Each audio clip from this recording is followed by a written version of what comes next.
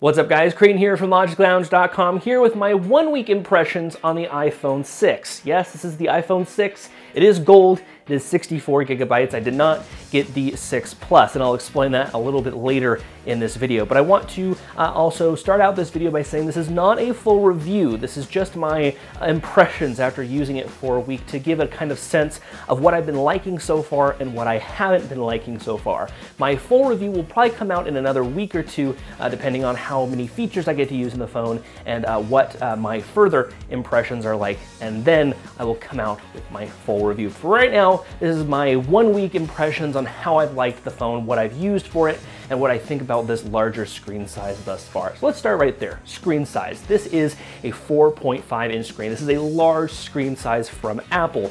We've only seen 3.5 inch, 4 inch tops, but this is an extra big boost to them. And you know, what do I think about this? I actually like the larger size. I had the Nexus 4, which I really did like, and I liked that larger screen size in the phone. So right here, the iPhone 6, I think it is a perfect size for me because I did like the Nexus 4. I did have a chance to get my hands on the 6 Plus though, where I don't think I really like it, and that's my personal opinions right now, where I don't think I really like it is the size of the phone. I like something that I can put in my pocket that doesn't really have a huge weight to it, nor has a large size to it. I like relatively small phones, and using the 6 Plus, I thought it was just a bit too large for people who might have bad eyesight, like my mother, who is getting the iPhone 6 Plus. It's gonna be great for them, but I think that the 4 inch range is right at the point where I like a phone. For now, that could change in the future depending on what other phones come out, what technology they put into these phones.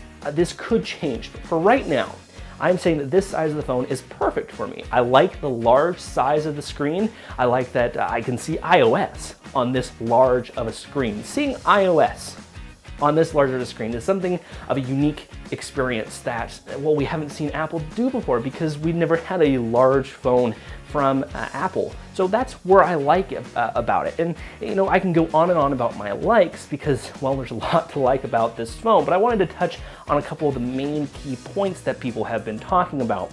And before we go any further too, I also want to address the bend gate issue where the phone is bending. And that's happening with the 6 Pluses, not the 6s. And that's due to a weakness on the rocker of the volume, where this isn't really strong because you have the separation of the metals to allow the button to press. Now, of course, if you have really skinny jeans and you put a really large item in your pocket and you say, sit down, well, it's going to stretch on the jeans and it's gonna pull against it. So I think this bend gate, as they're calling it, is something of a thing that only certain people are having issues with, depending on what type of clothes they wear. And I don't think it's a large issue at this moment. I think people are just misusing their phones and miscaring for them. And one way that you can kind of remedy that is actually have a bumper case or any sort of case. I have this cheap, like $20 bumper case that I have on this phone that has come in great handy, not only for adding for the structural integrity, but for something else that I'm gonna talk about in a minute. So let's talk about where I don't like this phone thus far. It's been great so far, but there are a couple things that I'm kind of a little bit wary of. One of the things is the biggest for me right now is the camera. The camera has a slight bulge off of the body of the phone. And where I don't like this is that when you set this phone down on a surface, it's gonna be leaning on it. So any sliding across it, any vibrations against it are gonna go right on this lens, and it can cause scratching, and your photos that you might take with this phone might turn out to be somewhat of an issue if you happen to have this lens element scratched. So that's where I really don't like this phone. I don't like how it bends. I would have rather gone for a slightly thicker phone that made this one smooth surface than have just the camera bulge out.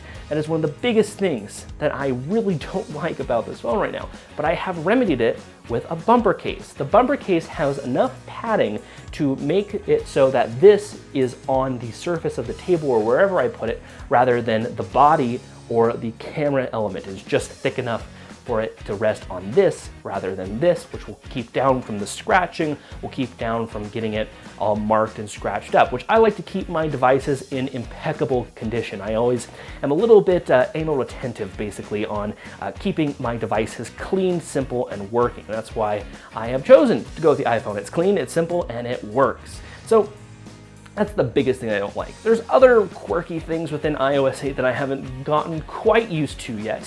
One of those is double tapping the Touch ID button. Not clicking it down, but just double tapping it. It will bring down all of the icons that are on the display. And this can cause an issue for me because sometimes I kind of like tap my phone and just kind of, you know, have it in my hand, and all of a sudden all the icons will come down. And that's something that I wish I could turn off. I haven't found how to turn it off yet, but those two things are really the only gripes that I have about this phone.